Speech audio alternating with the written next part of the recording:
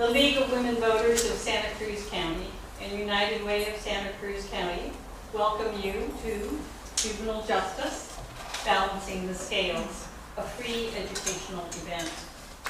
I'm Lydia Morales-Parker, membership chair for our local League of Women Voters.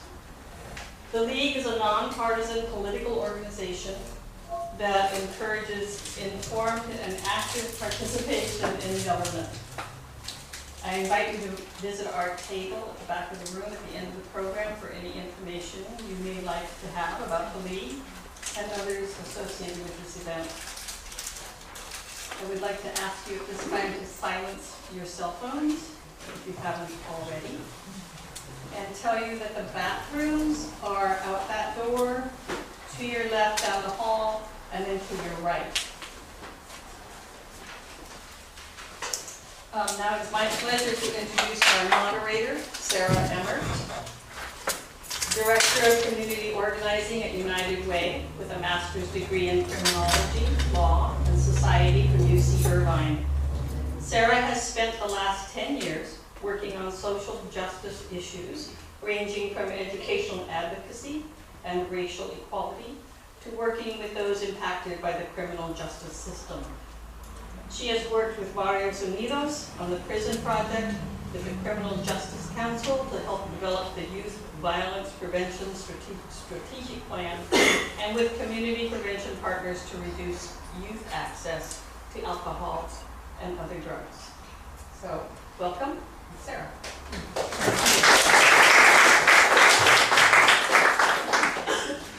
Afternoon, everyone. Happy Saturday. Glad you're all here to learn about our local juvenile justice system and really the changes and the shifts that have been taking place over the past few decades, and also really learning from some folks with lived experience, what we're doing locally in Santa Cruz County to create a more equitable justice system, and also hopefully we will really kind of cover what we may see in the future in terms of juvenile justice reforms. Thank you to the League of Women Voters for having us here. This is a critical topic impacting our community, and so thank you for being here on a Saturday, and special thanks to Pam and Lydia for all you did to organize this. In terms of the format today, each of the panelists will give an opening statement, sharing a little bit about themselves and the work that they do in the community. And then we'll follow up with a discussion on key issues concerning the juvenile justice. And then after some of the questions that I'm going to be posing to each of the panelists, we'll open up the discussion to questions from the audience. Okay, so first up, George Ramirez. So George is a formerly system-involved youth who is currently serving on the Food What team, and he will be attending at Cabrillo College soon. George, you want to tell the audience a little bit about yourself and your story? Yeah. Good afternoon, everybody. Hi. Happy Saturday. My name is George Ramirez, and I'm a student at Sequoia High. I started off with probation, and I was doing good at first, but then I wanted to stay out of trouble, I wanted to work and succeed in life. So I was doing good. I enjoyed working with Food What. It was a good experience, very helpful. I met new people. I got off probation. That's a good thing because I was on probation for a while, for like 6 months. So I got off and everything went okay. I'm on probation and I'm going to school. I'm working well with other people. I'm not like out there doing bad choices like I used to. Now I'm trying to do me, succeed, because other people do bad choices for their own good, but I chose not to. And it was a challenge because being in the system wasn't good. It was only good because it's just, the system there is just too scary, but I don't like it. The only thing I liked about it was it just felt good when I got out. But then ever since I never went back in. So I love to eat, so I love freedom. And that's all.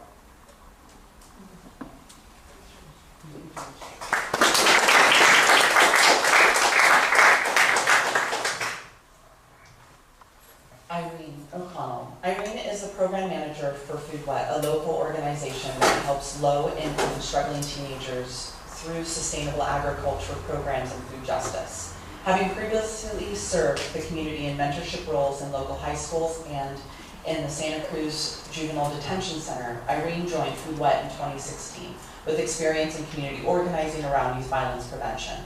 She's passionate about the intersections where youth expression and creativity can meet empowerment for lasting, impactful change for their lives and their communities. Irene, you want to tell the audience about yourself? Sure. Hello. Good afternoon, everyone. My name is Irene O'Connell. As Sarah mentioned, I am the programs manager for Food Wet. It's been a really inspiring honor to serve in that role. I previously worked as an outreach coordinator with Banos Unidos at Santa Cruz High School and at the Juvenile Detention Center. And I consider myself a youth advocate, youth ally, and I'm continuously humbled by this work as I learn more about how to serve youth and what empowerment really means. I think empowerment means a lot of different things to a lot of us. It's not just one blanket definition for everyone. So continuing to learn how to be my best self as I support young people doing the same. So I'm honored to be here with you all. Thanks for the invitation.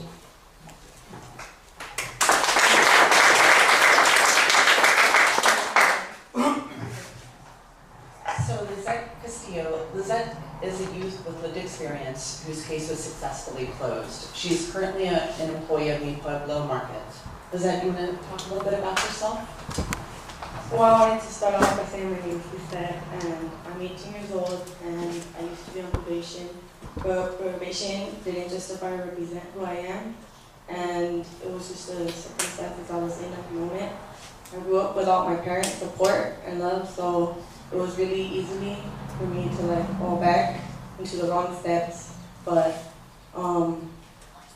probation actually helped me a lot and got me on my feet, and they helped me get a job, and they helped me with a lot of problems I was going through in the moment. I had Anna, she was my probation officer, and she definitely helped me with the structure. She provided me with the structure I needed in my life. And I had this other lady, her name was Gail, and she was very empowering. She always motivated me to be myself and just to be good and have a better life. So that was pretty good.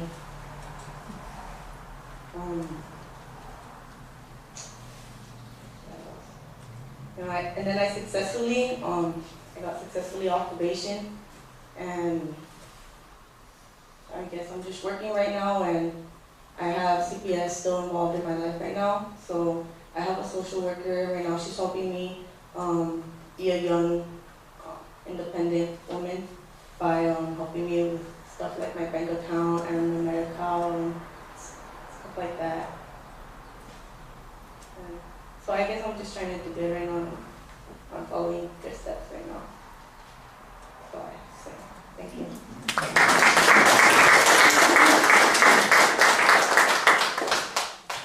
Thank you, Lisa. So Julie Burr first worked on the Youth Violence Prevention Task Force as an intern, but now holds a position of community coordinator for the task force. Julie holds a degree from California State University, Monterey Bay in collaborative health and human services. As a part of her work with the task force, Julie worked on Turning the Curve, the Youth Violence Prevention Strategic Plan for Santa Cruz County. Her interests include women's health, food security, and equity and social justice issues. Julie, you want to talk a little bit about your work? Hi everyone, my name is Julie Burr, and like Sarah said, I'm the coordinator for the Youth Violence Prevention Task Force. I'm incredibly honored to be here today, to be a part of this conversation, and really to be doing this work every day. I'm here because I burn for compassion and equity for myself and others. I really can't see my life lived in a way other than pursuing thriving for myself and others moving forward. I was in, a little background about myself, I was in the business sector for 10 years. It was the practical choice according to my parents when I got out of high school. And in 2010, my father was one of the homicides in Santa Cruz County. And that event was a real catalyst for change in my life. And I decided I needed to do something different. And the learning I did from that event was really, I had an understanding of the impacts of violence and the ripple effects it has from myself to my family, to my friends, to my friends' friends, to their parents. It just is, it affects the entire community, whether we realize it or not. And when I went back to school, I didn't expect to be working in violence prevention. That wasn't my intention. My intention was to work towards thriving, whatever that meant. So my degree is in public health, and when I had to do my internship, this was an option, and I had no idea violence was being addressed from a public health perspective now. And one of the best decisions I ever made was taking on this internship and joining this work. When this position became open after Javier, which I think he's here, the previous coordinator, went to Watsonville PD, I jumped at the chance to jump back in.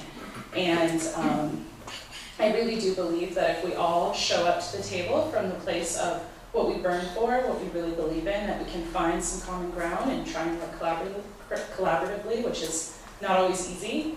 But I think we can really source our shared humanity and our shared understanding of pain and happiness and really have a oneness in moving, things we're passionate about together forward. So I'm really honored to be here and be doing Youth Violence Prevention Task Force work, as well as Project Thrive, which is a sub-project of the task force, which we'll get into more. But thank you for having me.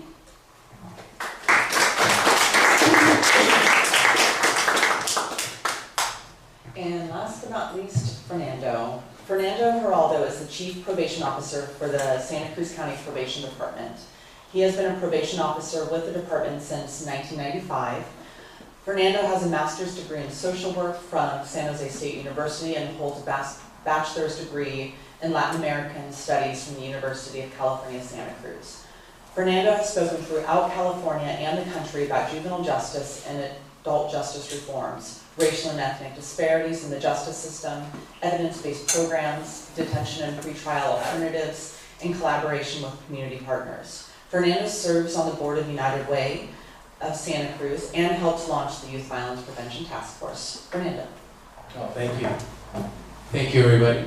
Fernando Geraldo, Chief of Probation, and it's a real honor and pleasure to be here with you today on this Saturday afternoon. And it's going to be hard to follow all these really personal stories. But I did realize they didn't take their 5 minutes they were allowed, so I'm going to take some of that time. No, I'm just kidding. I'll stick to my script, but I do.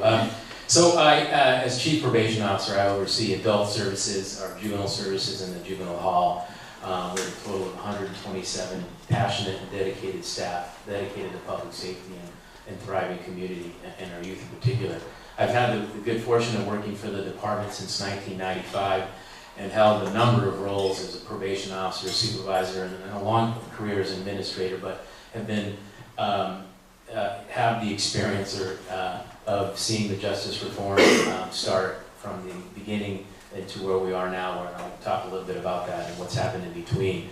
I'm proud to lead a probation department that's recognized by the Annie Casey Foundation as a national model site for the Juvenile Detention Alternatives Initiative since 2000, and we started our work intentionally in 1996. We still have lots of work to do. We're not a perfect site, so a model site doesn't mean perfect site, that's for sure. But I want to tell you why I do what I do. I wanted to work in probation, particularly for this department, because it didn't resemble other departments that operated under the assumption that really suppression, custody, and control really were the keys to public safety. That's sort of been the model of justice, I think, nationwide. In Santa Cruz, we knew there were alternatives to that model, which is the belief that Intervention, services, and an asset-based approach to behavior change are really the keys to public safety. Unnecessary detention is harmful and increases recidivism. That's the position that we've taken, and we strive to maintain that. My predecessors had great courage to safely reduce unnecessary detention through community-based alternatives while addressing the racial and ethnic disparities that exist. They do exist today, improving conditions of confinement for those youth that must be detained. My interest in justice came at an early age. I was disturbed by the incarceration of nonviolent offenders, and particularly youth and adults of color. As a teenager, I followed the failed war on drugs in America, the super predator theories that really scared America into thinking that we needed to get tough on crime so we could lock up more youths and adults, which is what we did, right? We incarcerated at a higher rate than any other country, except maybe, I think Russia might be ahead of us, I think. But subsequently, we did see the dramatic rise in incarceration in this country. And I wanted to do something about it, and I thought if I could be part of the justice system, that I could help change the course of what we were doing here. And so I landed in a great spot. So I think it's important for leaders to share why we do what we do rather than just kind of the technical aspect of what we do. But I will show you the technical aspect of probation. So really, much of what we do is really mandated by legislation in the Welfare and Institutions Code. And how we do it, though, is our interpretation of that and the local philosophy of how we work here. So just for context, each department in California does have a probation department, adult services and juvenile services.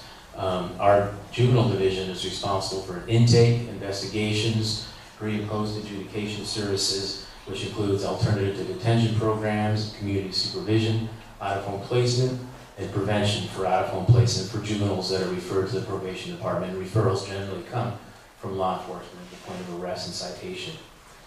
We incorporate a system of care model that includes really key 6 values that drive what we do in working with the youth and families: the family preservation, interagency collaboration, utilizing the least restrictive setting, family involvement, natural setting, and cultural proficiency. And our goal really is to reduce recidivism and increase public safety by building life skills and competencies of the young folks that we serve. And that's done in partnership with our community providers.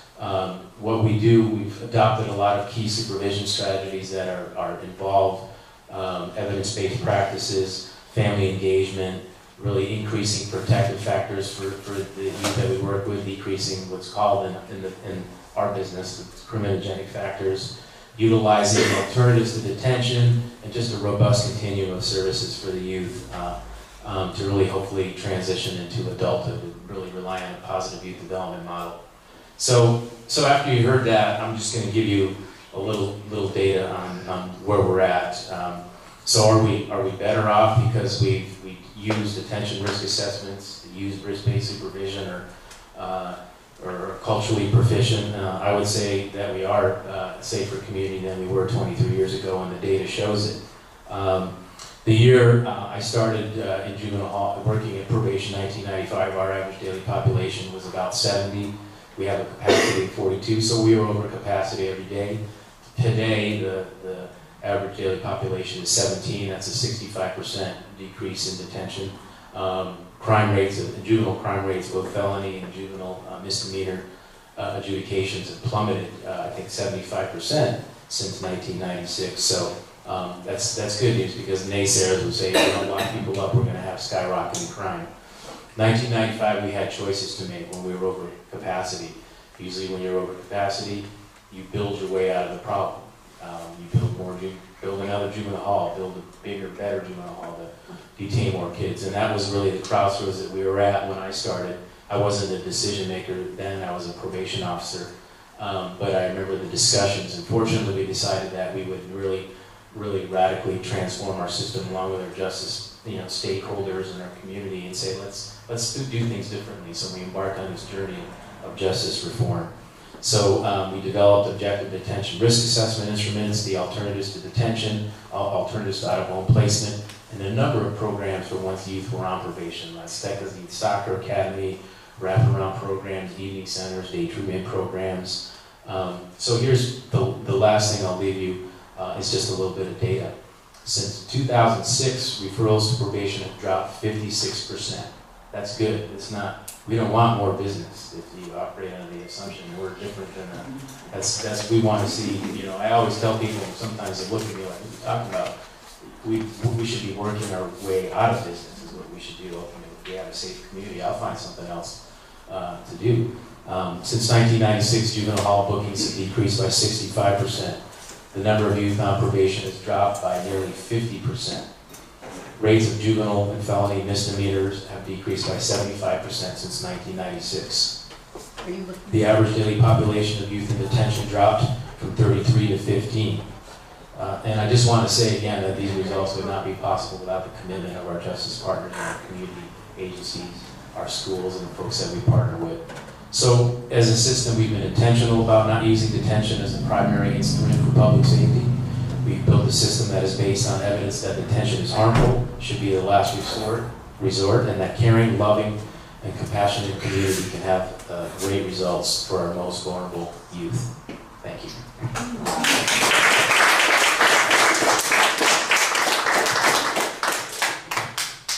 Fernando, go ahead and keep the mic. The first question is for you. We're going to start with some big picture stuff. Fernando, can you please talk about the major shifts Santa Cruz County has seen in regards to its juvenile justice system? What are external factors, locally, state, national, that have led to these shifts and reforms? Well, I can go back to when I started in 1995 when we had an overcrowded detention facility. Mostly anybody would go in there, and first thing you can see is primarily youth of color, primarily Latino youth from 95076. So, and we had and we still have a very active and local community that is very passionate about this issue of who's in detention, who's going through the justice system, and why is that? Who's sending them there? What happens when they go through the system? So, and again, as I said, we were at a point where, since we were over capacity, people were considering, let's just build a bigger juvenile hall, right? We knew who would have ended up in custody had we not done that. So we really, and we had a Latino Affairs Commission and the Juvenile Justice and Delinquency Prevention Commission really organized and put some information that was forwarded to the board. Our CEO at the time, Susan Morello, who just retired, and she was very dedicated around this issue and believed that we could do something differently. And so we hired a chief at the time, 25 years ago, John Rhodes, who was connected with the Annie Casey Foundation, and it was intentional. He brought with his toolkit, which was the 8 core strategies of juvenile detention reform. And I'll just quickly list what those are. This is how we were successful implementing them and now maintaining them and monitoring them. But they were collaboration, data, accurate use of data is key to any system change, objective decision making and criteria. So discretion is pretty dangerous in the justice system. We have a detention risk assessment instrument which we use, which that's key to any detention system or jail. You need to determine who could be released, safely be released. We developed alternatives to detention. We developed more programs for the youth once they were on probation, particularly programs where we went to the youth and didn't expect them to show up, hired staff that were from the community, could work with the individuals that we served that reflected that population, and really also had a focus on reducing the racial and ethnic disparities. So that was kind of instrumental in our change. It started in 1996, and it was a lot of work. There was a lot of heartache and heartburn for some folks, even staff, probation staff, that go, "What? You're going to take away my discretion? I know what's right. I know what's best for these kids. I have my own kids." And we really started working towards a more objective system and making structured decisions. And so some folks left. We really began making sure when we brought in staff that they were aligned with the vision and mission of what we do and believed in what we do, and had a balanced approach to supervision, because probation officers, we wear many hats. We're peace officers. We work with law enforcement. We work with the community and schools. So we really have to maintain a balanced approach and not go one way or the other, because that can be dangerous. And we're not frontline law enforcement. You don't call probation if your house is being broken into. we'll work with the person perhaps afterwards, but not, we don't come to your house to stop that from happening. So really what what we wanted to do was decrease the number of youth unnecessarily or inappropriately detained, reduce the number of youth who failed to be reappeared for court, pending adjudication. We wanted to use that savings, which we've done, because again, we didn't build a new juvenile hall. We really decreased reliance on out-of-home placement, state commitment facilities, and ranch camp, and we were able to redirect some of that money to community partnerships and develop those programs, hire more probation staff to have easier to manage caseloads and do what's called.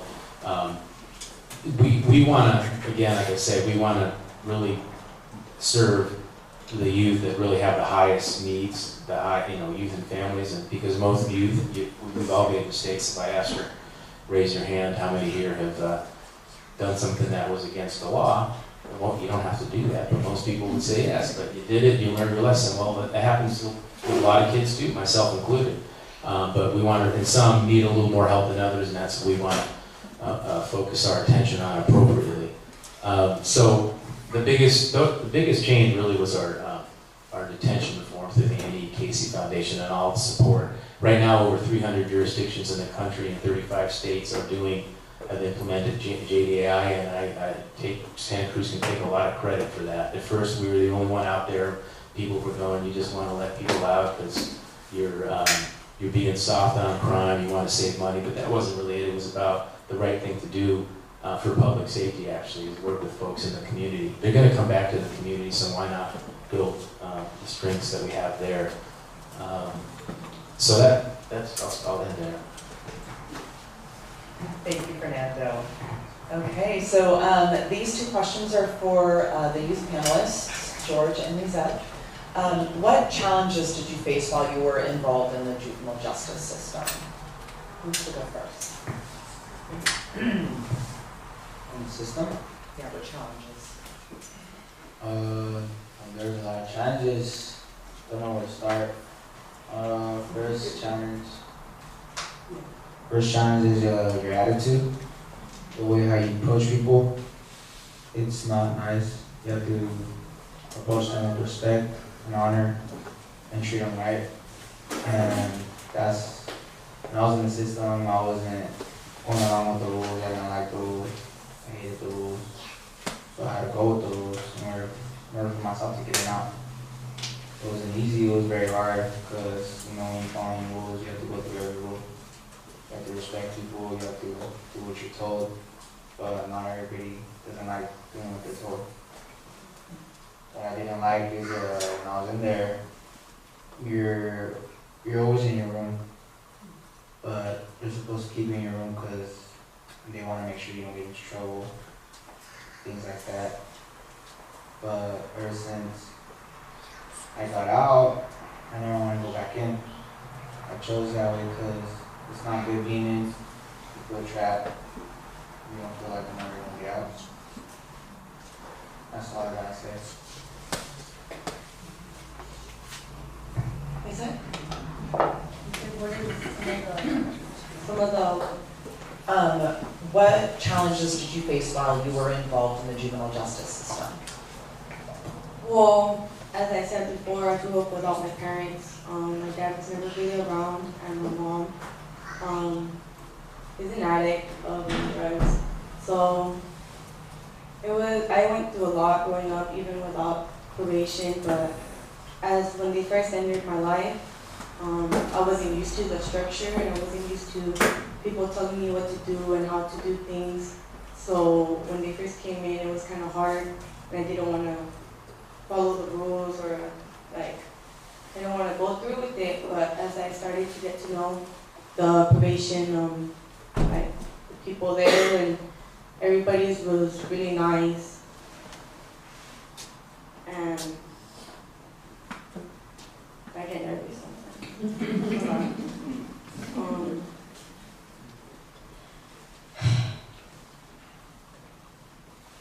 It was really hard, and this time where you feel alone and you feel like there's no way to see the light, and you kind of just tunnel yourself in a dark circle, and And, I'm really happy I got to be a part of probation, because without them, I probably would have ended up not somewhere terrible, but like probably would have gone through more things or got myself into more trouble. So they really took the time to understand me and to hear me out, and they did their best to try to support me, and that's what they did. They were there and supported me, and and if I ever needed somebody, I know I could talk to my probation officer, to my teachers. They made me feel comfortable. And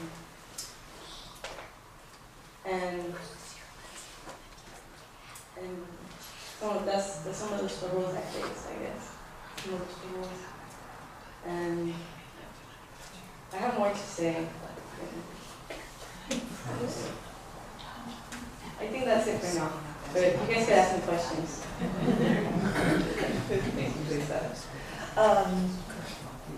Also, still, for both of you, what opportunities have helped you succeed?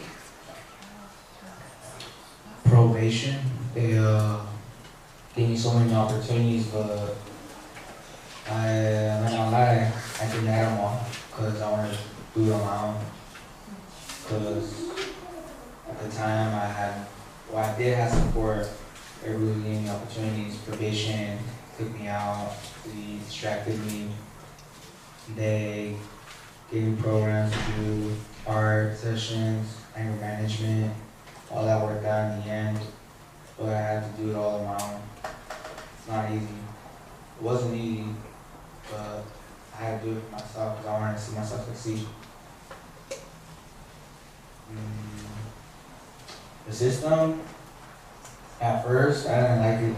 I didn't like it at all. It wasn't good.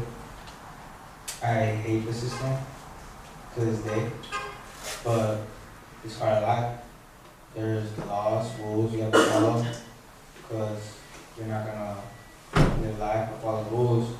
There's new consequences, and those consequences to actions.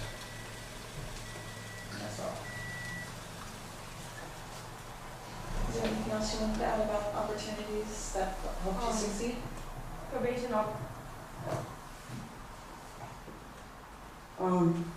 Probation offered me with a lot of opportunities, such as they helped me find jobs. They helped me find my first job, what was Subway.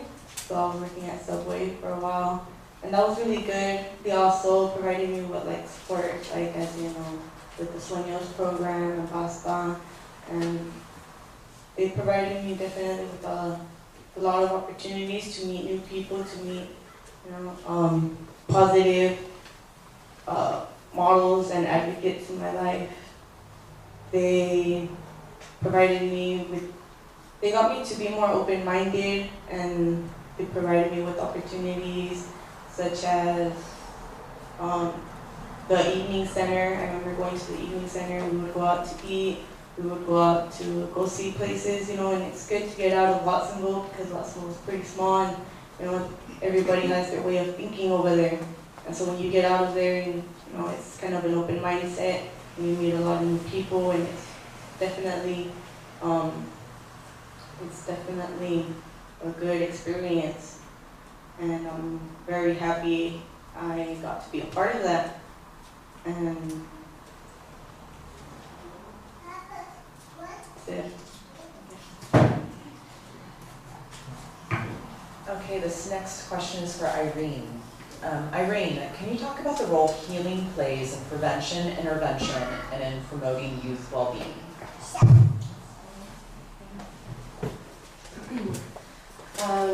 So healing is kind of central to our work. I think that without healing, we can't really have another conversation. It's sort of where we have to start. If someone is still kind of in the midst of their cycles of unhealthy behaviors due to trauma and emotional impact, there's no way that they're going to hold down a steady job or succeed financially. It really has to be the first and foremost place to start. And this is especially true for youth, trauma-impacted youth, low-income youth of color, because there are so many unhealthy cycles to move out of before we can hold down a steady job. So healing really has to come first, and again, that's going to look like a lot of different ways for different people, and it really has to come from that individual to identify what does healing look like for me, what tools do I already have, what am I equipped with to be my own source of healing, and then of course to have that community, that circle of support around you to support that healing. I mentioned earlier that at Food What, we are a youth empowerment program, but we don't determine what empowerment looks like for each individual young person, and we don't, as staff, empower young people. We don't say, okay, now you're empowered. We say, what do you need? What are you wanting to work on for yourself? And really allow for young people to identify for themselves what that is, and then that's when staff comes in full force with as much support as you can to kind of provide that circle of space that person needs, but it really has to come from that young person to step into that and be ready for that. And it's not an overnight process. Obviously, it takes a journey, and I think that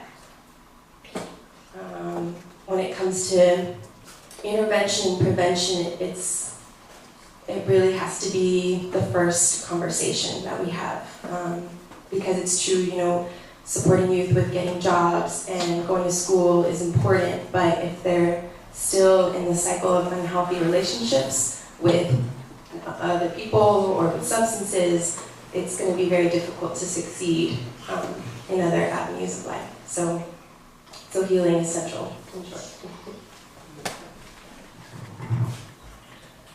This question is for Julie. Julie, can you talk about the work of the Youth Violence Prevention Task Force and how it is addressing the issue of youth violence in our community? Absolutely. I feel you said. I am nervous also.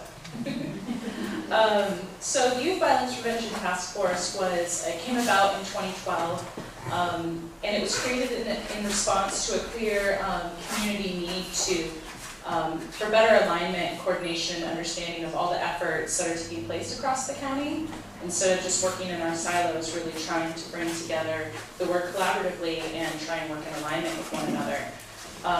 As I mentioned, it's a multidisciplinary collaborative effort, and it's community-driven. It's been grounded in data from day one. One of the first things that the task force did in 2013 was do a data report, really looking at all aspects of something is doing feedback here. Because I'm next to the speaker. It's my earrings.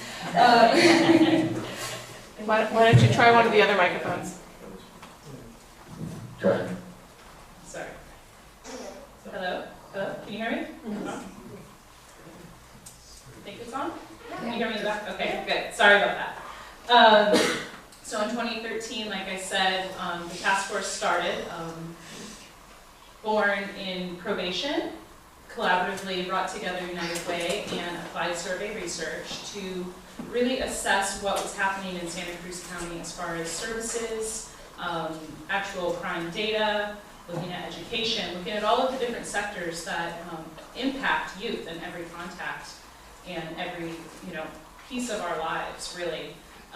This task force takes, like I mentioned earlier, it's a public health approach, and it's looking at youth themselves and what affects youth. It looks at their families, and it also looks at neighborhood. And in using that lens, it has we're able to really look at the root causes of violence and all of the different social determinants that impact our lives. One of the things about this work is that we believe that everyone has a role to play. So from the beginning, it's been open to any and everybody that wants to come to the table. And when we developed the strategic plan, this big, beefy book right here, that was 2 years of bringing together community members and community leaders and youth voices and family voices to talk about what their priorities were in Santa Cruz County. And then we took all of that feedback, we did research, we really dove into what are the best practices that can address the priorities that the community has decided that rise to the top, and we created 100+ strategies in this plan to sort of guide our work. And so whether that work is collaboratively at our table, trying to implement action for this plan, or if it's the work that people are doing in their own agencies and organizations or in their own neighborhoods, whether it be a community member meeting with neighbors or youth talking to other youth, that all be in alignment so that we can work towards the common goal.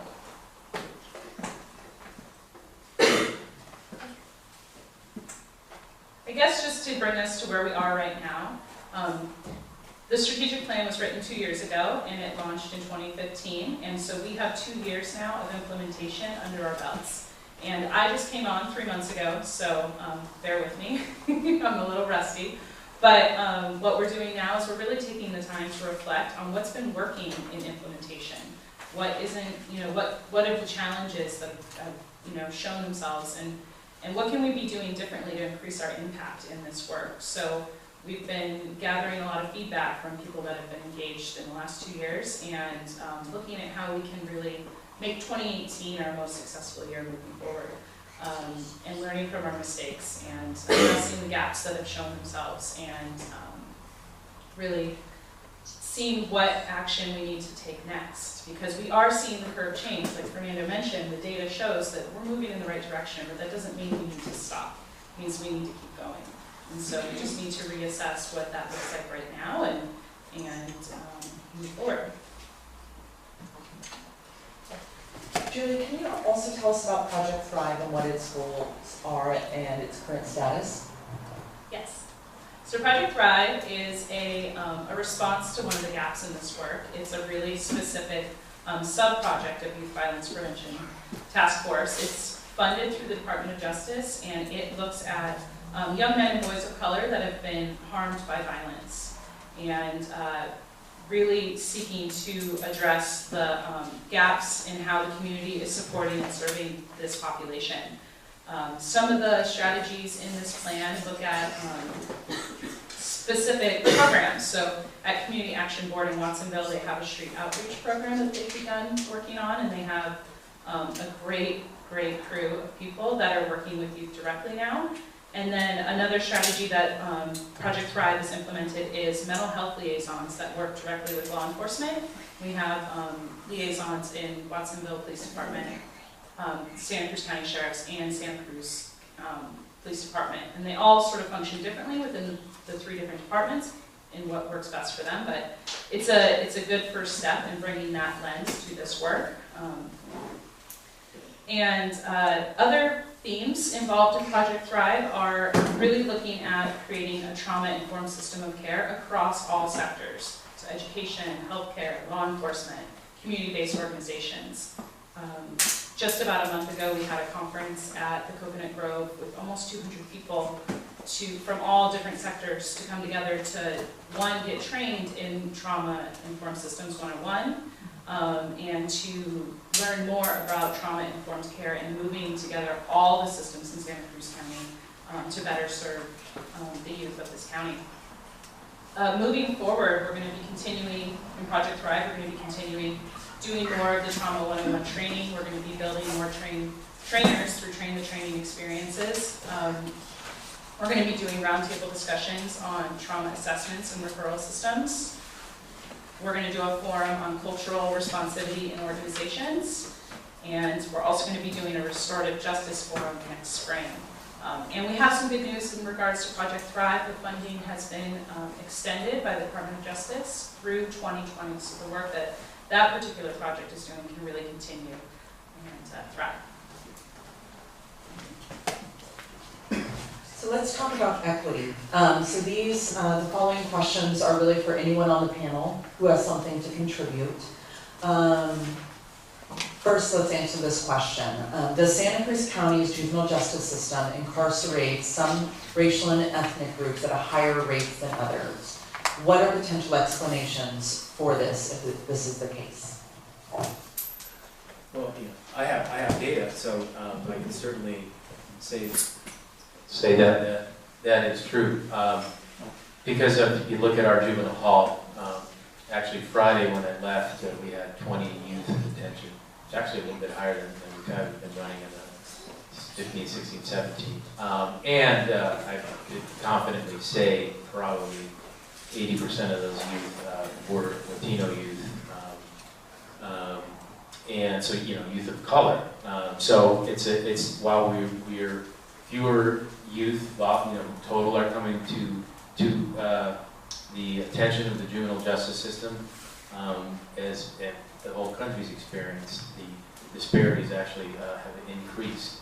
So, for instance, on probation, I can tell you right now, I have a juvenile monthly data blast here that my juvenile division director, who's also over here, provides us with. We had on probation, we have 73% of the youth on probation out of basically about 180 youth are Latino youth. 61% are from 95076. That's, anyone know what zip code that is? Watsonville. That's 4 square miles, small city. So there's it's a complex discussion to try to really, pinpoint exactly what is a number of factors, but this continues to be an issue. So what do we do about it? It's a challenge every day. It's one of the most stubborn problems that we face. And if there is any good news, is that there's far fewer youth, all youth, that are coming to the attention of the justice system, but over-representation of youth of color, and that would even include in the adult system as well. It's a similar issue that we face, but particularly in the juvenile system. And some of that is related to still how schools handle discipline, their approach to, even though that's improving. You may have heard of the school to prison pipeline, expulsion, zero tolerance, those kind of things start, and then folks end up in the justice system. And we're not the answer. Once you're in the justice system, everyone's interested. You have the probation officer, you have the judge, you have the district attorney, you have their public defender. You've got more people involved in your life trying to make decisions, and that's not good. So we want to keep people out.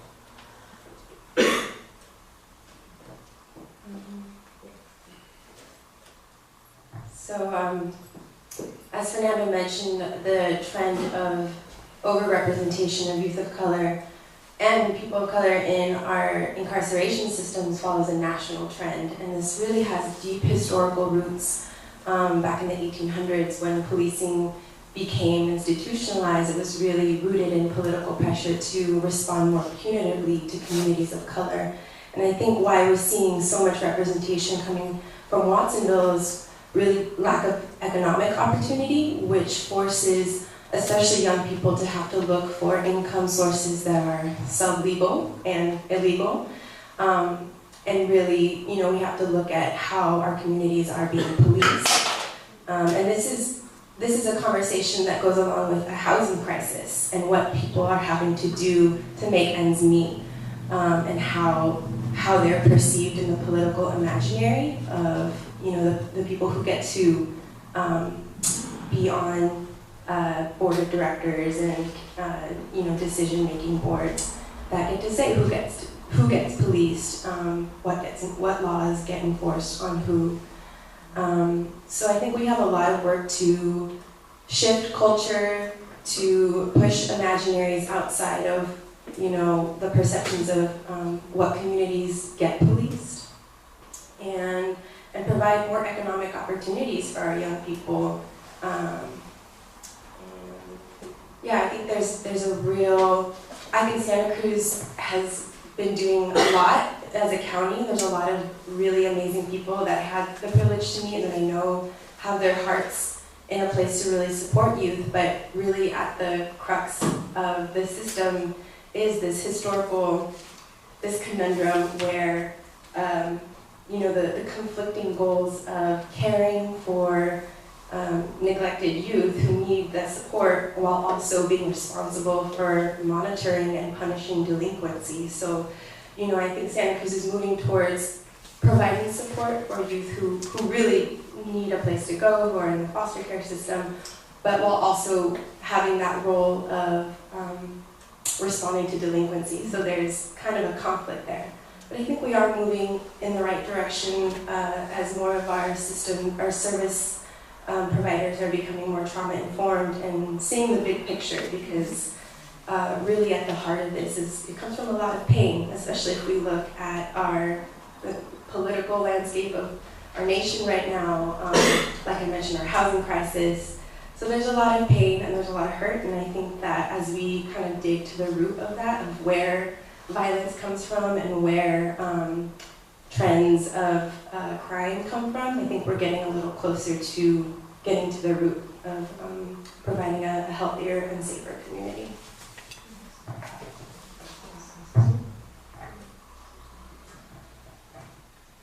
I just want to add to that. I think it's really important when we talk about equity and we talk about this work that we recognize the trauma that is suffered by communities of color purely based on the world that we live in. The everyday inequities that are present in people's lives, the soup of oppression that exists in our community, and the trauma, that never-ending trauma that can really place on communities of color. And so that's why I think that the work that we're doing in Project Thrive is so important around being trauma-informed and really trying to work towards healing, because we need to recognize that that plays a role in people's lives and their actions, and we need to look at that root cause and address those factors as well when we talk about equity.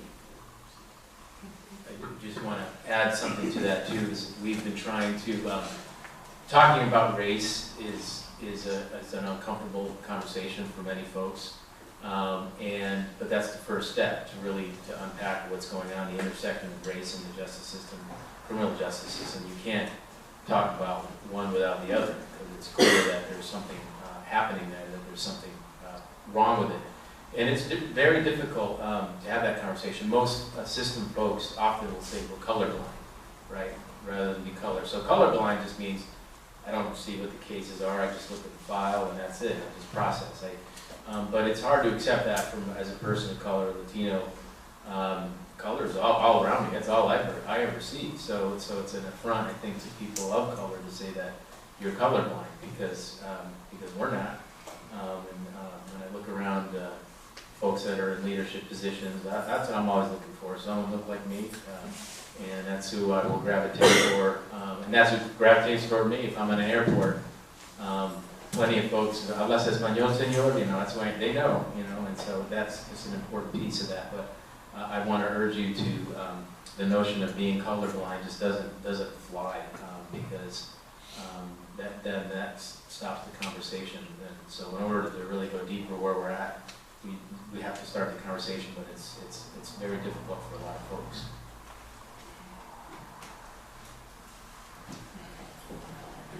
So I know earlier Fernando talked about some of the changes probation made to make more equitable decisions, but can the panel talk about how your work is promoting equity, whether it's individualistic or from a systems perspective?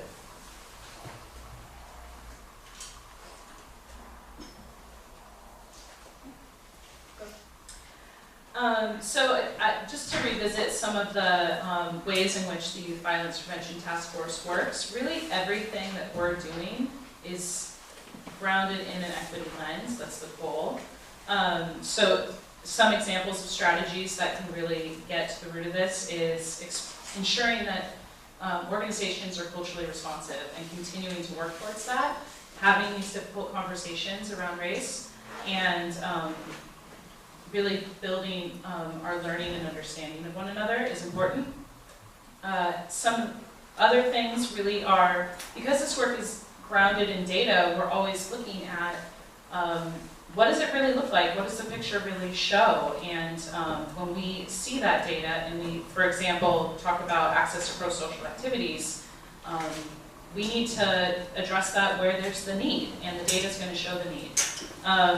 We're also, again, the work around trauma-informed systems, and then also strengthening law enforcement community relations. I think that that's a really important piece in ensuring equity. We need to change the ways in which points of contact are made with the youth across our county. And I think in supporting policies that work towards equity and supporting allocation of resources that go towards policies that work towards equity, we can really make an impact in this work.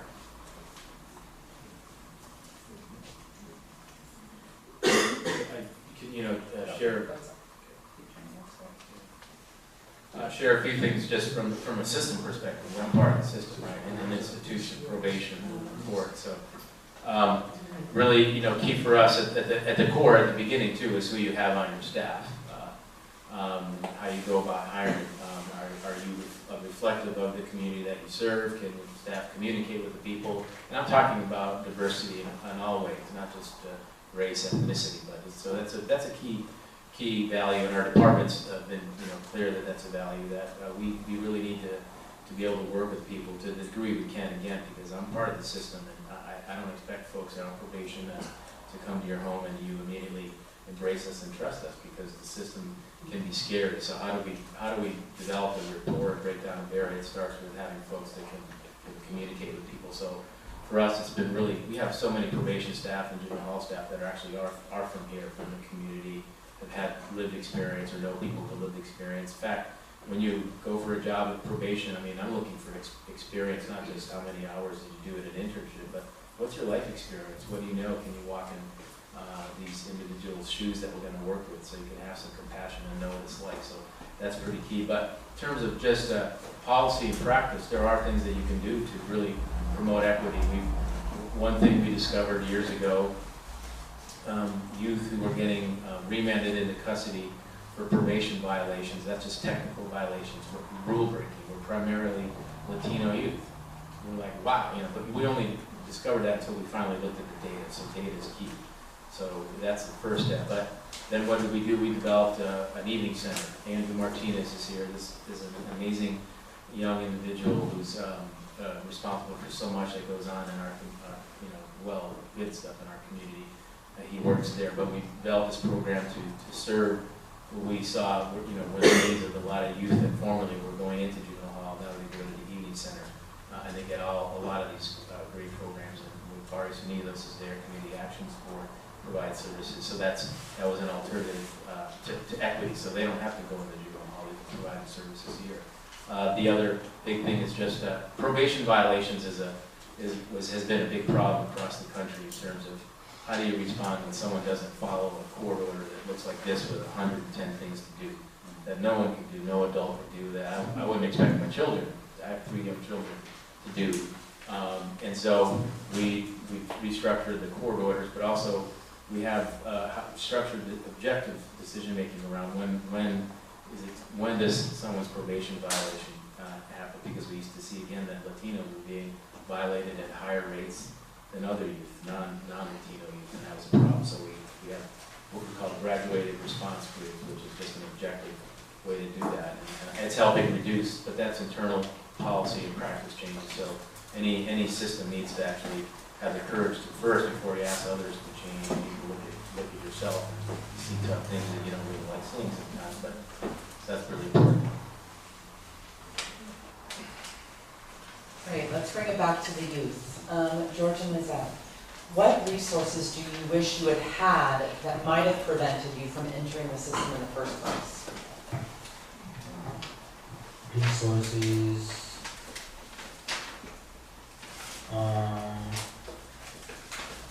Work with digital events. I was wanting to work there because they work with internet and social media and everything. And I was wondering, I'm curious if that would be a good thing to do. Because I like working with electronic. And I want to be an engineering major. That's it.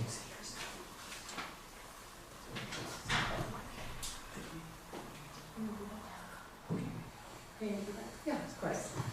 So what resources or opportunities do you wish you had had that might have prevented you from entering the system in the first place? I could start by saying that everybody has their own story, and I knew that when I was in probation, I met a lot of youth that had their parents. So I guess for me, it was a lack of not having my mom or my dad, and not having the support. So for me, it was very easy, as I said before, to fall into the wrong steps. And And being on probation actually, it kind of did me pretty good because I found who I was there. And, you know, when you have things not well going on at home and going to school, I would get picked on as well. So, you know, growing up, I felt kind of lonely and it felt hard. And then I grew up a very loving person, so I would just try to be nice to everybody. And people kind of just like to knock me down. So I guess I kind of like got bitter and it got cold. And you know, I guess I just started hanging around with the wrong people that didn't care. So, you know, I guess I kind of just started falling into the wrong steps. And, you know, I'm very happy kind of that I was on probation because I definitely got to meet a lot of new people and I definitely got the support I needed in my life and I got the structure I needed in my life. So, you know, I guess if you have your parents, you know, love them because, you know, it could be hard without them.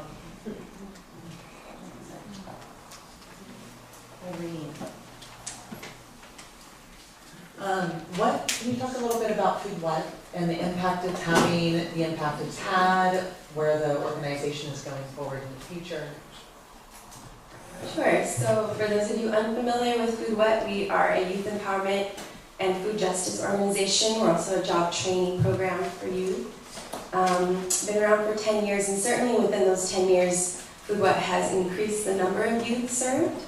But really, I think the biggest impact is in each individual young person's experience and the quality of that. And again, it's so unique. I've been with the program for the last 2 years, and we use food and farming and agriculture as a vehicle for youth empowerment, but really that's not the end of our program.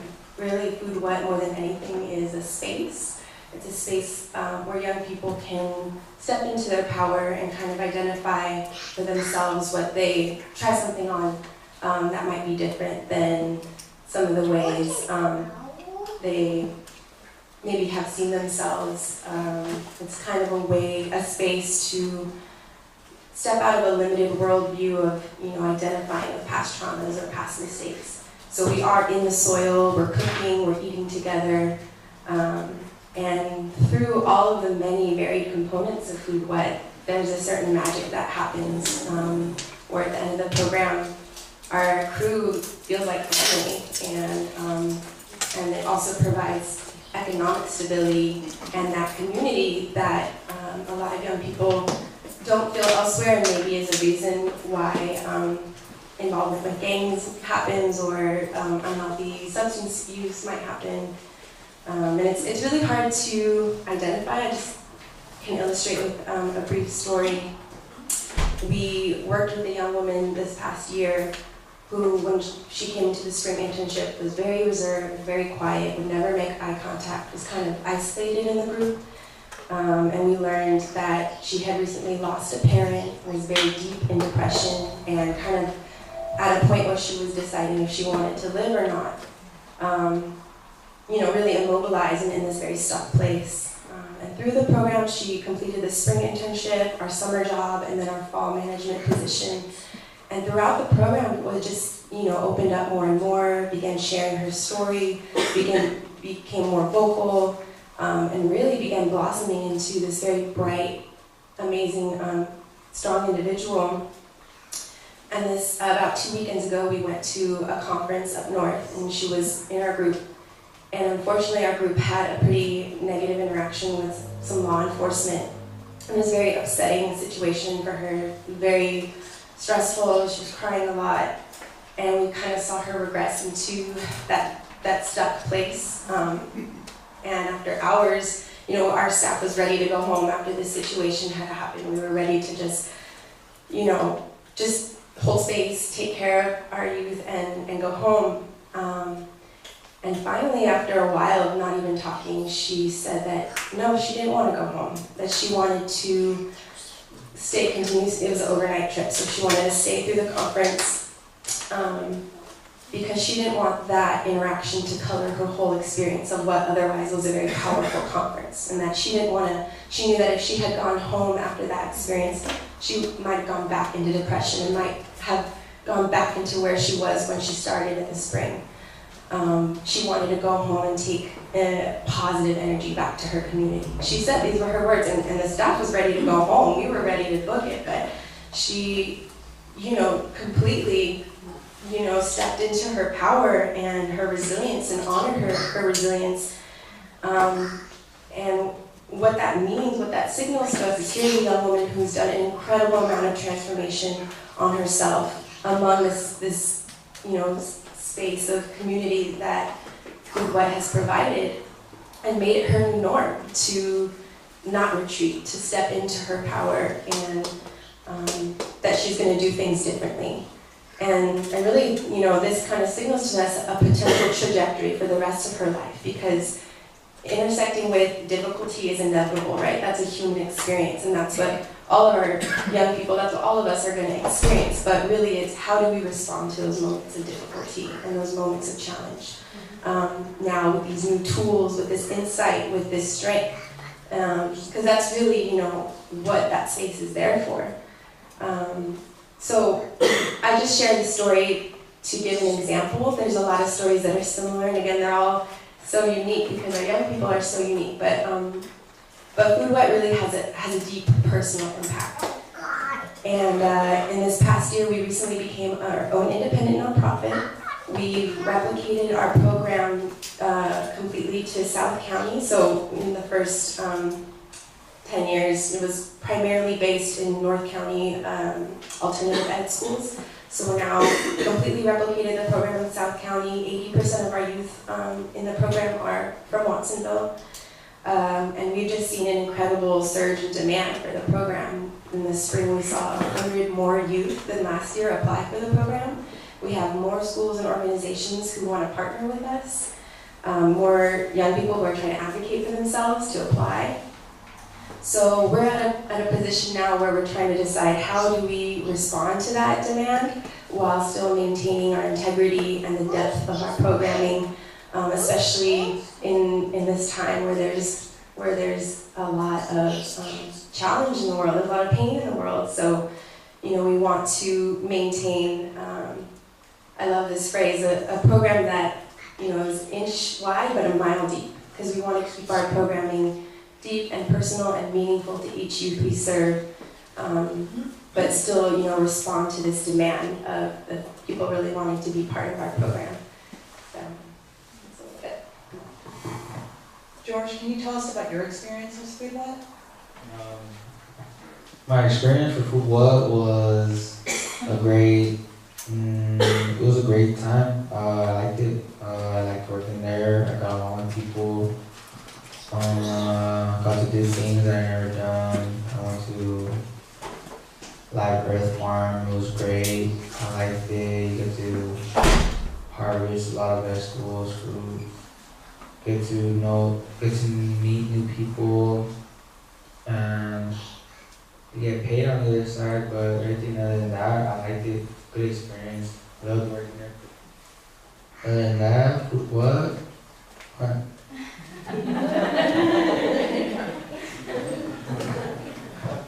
Okay, so our last question for the panel is, what role can community play in improving our juvenile justice system or really promoting youth success in our community?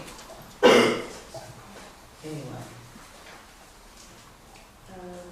One thing that is at the forefront of a lot of our young people's minds and a lot of our minds is the housing crisis. So one thing that comes to mind is if you have an extra room in your house and you are open to renting an affordable price to a young person who's in transition from being a youth and looking for a job, consider offering your room. Or another thing that I feel like is a big need, Fernando mentioned that one of the values of our probation is family involvement, but I noticed that there's a little bit of a gap for Watsonville families who can't make it up to the juvenile hall to visit their children because there's not a direct bus line that goes directly to the hall. So maybe setting up a system to offer rides to families to go visit their children. And also, if we have friends who are business owners and providing entry-level jobs and support for young people as much as possible, because I think that's a huge barrier just to get job experience and opening the door. And also, holding conversations like this, I think is powerful. I appreciate all the work that United Way is doing, and I really do feel that there is a big concerted effort in this county to keep supporting our young people. But there's still work to be done.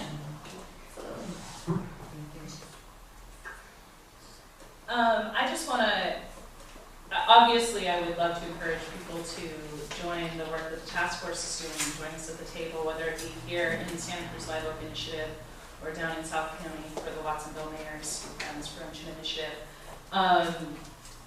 Or it could be, doing the work that you do and trying to align that work with what we're doing. Like I said, it could be something where, you bring your neighbors together and you talk about the issue. That connection with one another, building that community support web for one another and for the youth of this community. Again, really talking about the hard issues around race and inequities that exist in this county in every different level. And I think it's important, I always remember this quote when I saw Larry Cohen speak from the Prevention Institute. It really impacted me. It was that we can't expect people to change their behavior if the environment stays the same. And so I think that it's not just about the juvenile justice system, it's about the whole community that we live in and we participate in, and that the opportunities that are there or not there for thriving in your health or your education or your passions and your creativity. So I think that those are just some of the ways that we can show up for the youth and be working towards change to support the youth of this county. I would say several things. One is being informed, like yourselves, just being present here and being open to hearing perspectives, particularly the youth perspective. It's difficult up here to talk about what's working, and really these are the folks that know what's working and what's not, so hear their voice. I also think volunteer, I won't call you out, but I know there's members here that are members of the Juvenile Justice and Delinquency Prevention Commission that have a significant role in how we run our juvenile hall and what we do, so we look for those opportunities. I always say look at data and not the headlines. Just some ridiculous laws have been passed in this country and in the state based on just single events, and that's what legislators do. Then they respond with these crazy laws. Prop 21, for instance, that was recently, basically overturned with Prop 57, but it took 20 years. So I think you need to look at the data, because we just have so much access to headline information. We think the world's falling apart. Whether it is or not, that's debatable. But just really look at be informed, look at the research, unbiased, research. So, and I always say push for more resources for the juvenile justice, not just probation, but providers, school, prevention. Prevention is where it's at. So. Great, thank you, everyone. So I think we're going to open it up to the audience for questions. I would like Fernando to tell us about a couple of cases or clients that you've worked with in the past, and what kind of services they needed, how they accessed them. Give us a story of how those collaborators work together to solve someone's problems. I think the youth gave pretty good stories themselves about what had worked and some of the interventions and the programs, and they said it was great to hear that they named the probation officers that were caring and supported and linked them to other programs. I can't really, I don't have a case study prepared. Many cases that have succeeded. One young man comes to mind that spent 4 years in our juvenile detention facility. He was tried as an adult, and about 3.5 years into his case, they decided, no, we're not going to try him as an adult, we're going to try him as a juvenile. And he pretty much, you know, that's how the court process works, and going back and forth between prosecutor and the defense counsel, he paid a hefty price. But anyway, what happened once it went back to juvenile court, and here's, I'm going to give you an example of what happened. Really, this young man had several choices while they were in juvenile hall, especially for that long period of time. You can choose to continue kind of on what you were doing, making mistakes, not, you know, I think George said, you know, there's rules, you gotta follow rules. Sometimes you don't like them, but he chose to go along with the program, follow rules, and take opportunities, educational opportunities, engage with volunteers, end up taking college courses, music courses, and so he was open to that. And we had a community that wanted to come in and help this young man. And what happened though is, after 3.5 years, when he went back to juvenile court, where he was no longer facing adult prison, what he was facing was state commitment facility, which he could have been held up till he was 23. So the system still wanted to seem to get their pound of flesh. Well, if he's not going to go to the prison, let's send him to the state commitment facility. But we saw this individual transform himself. You know, he's got in there in the custody when he was 14 years old, and availed himself to all these individuals that surrounded him and believed in him. And this, you know, our schools, you know, the teachers, the program staff. What happened, and we were just fearful. Why send this young man away for another 5 years? We just, well, you know, it's going to be a life wasted. You know, because just going to the state commitment facility, it's just not a great place. We believe he had the skills. So we through our partnerships, an individual found a family that in Sacramento area that was willing to take this young man in, house him. So this was the re-entry plan. Find him a job, get him in a school, because he'd already graduated high school. He was already taking college credits in the juvenile hall, and so, you know, we crossed our fingers. But in the courtroom that day, it was the disposition to determine whether or not he would go to the state commitment or stay in the community, go to the state commitment for another. That might have been 5 more years, or get out as a free individual and really, you know, immerse himself in the opportunities that existed. The team, the probation team, the teachers, everybody came into court and talked, gave testimony about the belief in this young person. And sure enough, he's now a junior at UC Davis, so he's been out for about 3 years. He's from Watsonville. He's a member of the National NEUKC Youth Advisory Council, one of the first members of that, providing input to the system. He's a junior. He speaks nationally, locally on his experience and what can be done differently, what we should do. But this is a case, and there's other cases like him. I knew this one just because he'd spent so much time in our juvenile hall. Like others, you see him grow up, see him come in as 14-year-olds, and by the time they leave, they have beards or they're shaving. They go through different stages of development. And but anyway, it's really nice to see him, and I'm in contact with him.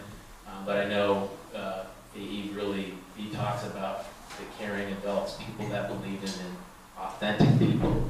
I heard the words earlier, around honor and respect, treated with respect, basic stuff. And he's doing fine. But it's been I know a lot of individuals like him that I've been connected with that were locked up in the state commitment facility. And came back, and even with all those the disadvantages and years taken away, they're thriving. But they found caring adults and found people who believe in them. I just wanted to add, even though I'm one of the youth, I'm not sure obviously how quite my probation officers and how my teachers and how everybody communicated with each other. I'm not sure how they did it, but I'm just very happy in how they did it, because I just know that I got all the support I needed, and I know they get their job done because I'm here today and I'm happy and I'm successful right now. All right. I'm going to stand up here. Hello, everyone. My name is Kayla Kumar from Barrios Unidos. Since I have you all here, wanted to get into the weeds a little bit, especially when we're talking about equity and the intersection with youth justice. One thing that I've been really thinking about a lot is the front end of the criminal justice system. You had a lot of really interesting statistics, and now I'm feeling a little statistical myself. And one of the statistics that I've been looking at is the rate of felony arrests in our county. We are actually 12th as a county in the state for rate of felony arrests for youth, and 3rd for Latino youth in the state. So for me, I'm starting to put together that there seems to be this kind of front end issue or force that has a role in the equity issues that you guys talked about so eloquently. And I'm wondering, I guess, what roles do y'all see yourselves? Maybe this is more of a systems, or maybe for you, Julie, too. Like, what role do you see in advocating or addressing that issue, if you do in fact think it's an issue? And any strategies that you have to share? So I think what you're actually talking about is arrest, right? Frontline law enforcement. So I guess that's, just call it out as what you're saying. So, and we don't have law enforcement here. We probably should have it. So it's hard for me to speak for them.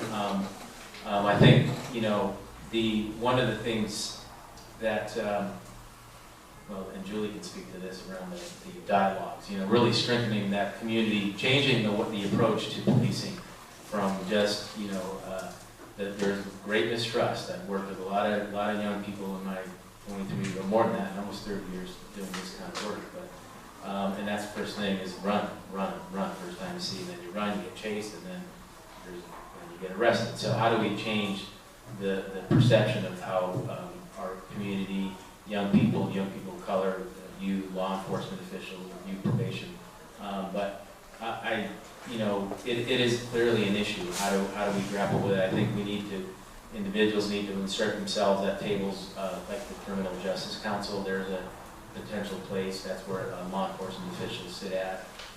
Work with them. You are in your cities. Go to them and ask. Let's look at data. Data is, I'm very interested in data, and you brought up that we're 12th in rates of juvenile felony and misdemeanor arrest.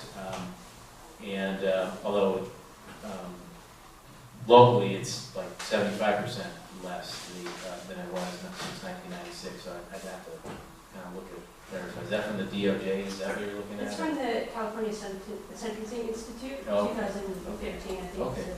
It's All right, we get all kinds of different information, so I'm kind of stumped about that statistic. But You know what, I'm wondering if Julie can talk about the work that these Violence Prevention Task Force is doing specifically to strengthen law enforcement and community relations, addressing some of that issue.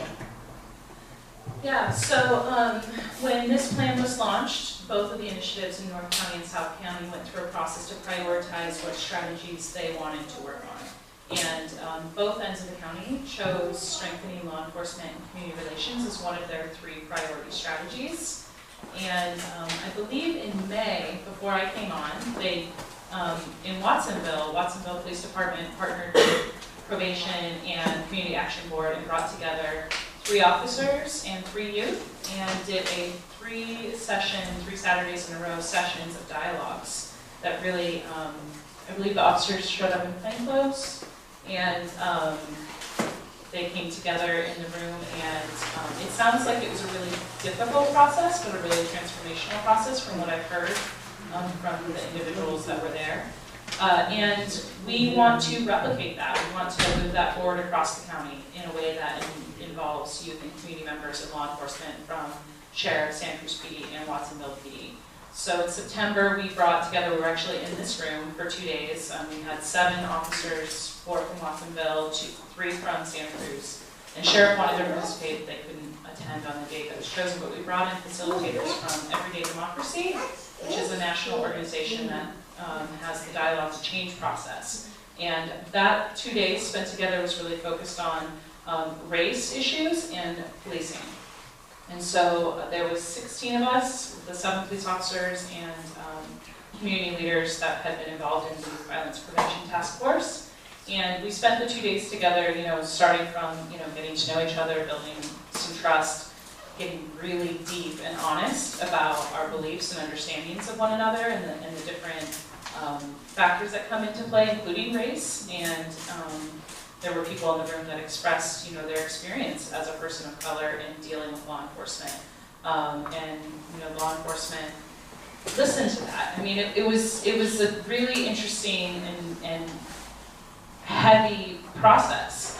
It got hard, but there was just, the communication was great in that process, and we moved through that, and then we began to talk about what are the factors at play that really play into the current system, the current interactions, the current way that we see one another, both on the community side and the law enforcement side. And then we brainstormed about ways that we could address those issues and actions that we could take if we wanted to, you know, move into action to change some of those things. And so that process was sort of a pilot. It was sort of a testing of how can we not only do dialogues to break down some of those barriers between law enforcement and community, but to also move those dialogues into change, real change in the community and working together.